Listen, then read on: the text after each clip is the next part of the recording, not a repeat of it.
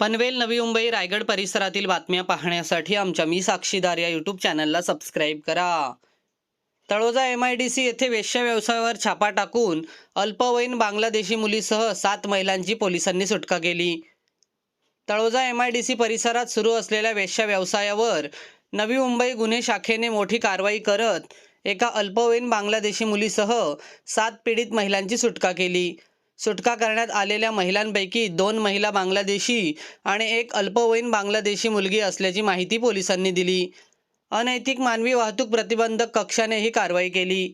अनैतिक मानवी वाहतूक प्रतिबंधक कक्षा यांना गुप्त बातमीदारामार्फत माहिती मिळाली की तळोजा MIDC येथील हॉटेल नवनाथ इन लॉजिंग येथे लॉज मॅनेजर ग्राहकांकडून 2000 रुपये घेऊन महिलांना दाखवून वेश्या व्यवसाय करून घेत आहे। या माहितीची खातरजमा करण्यासाठी पोलिसांनी बनावट ग्राहक पाठवला। त्याच्या सांकेतिक इशाऱ्यावरून रात्री 12च्या सुमारास लॉजवर छापा टाकण्यात आला।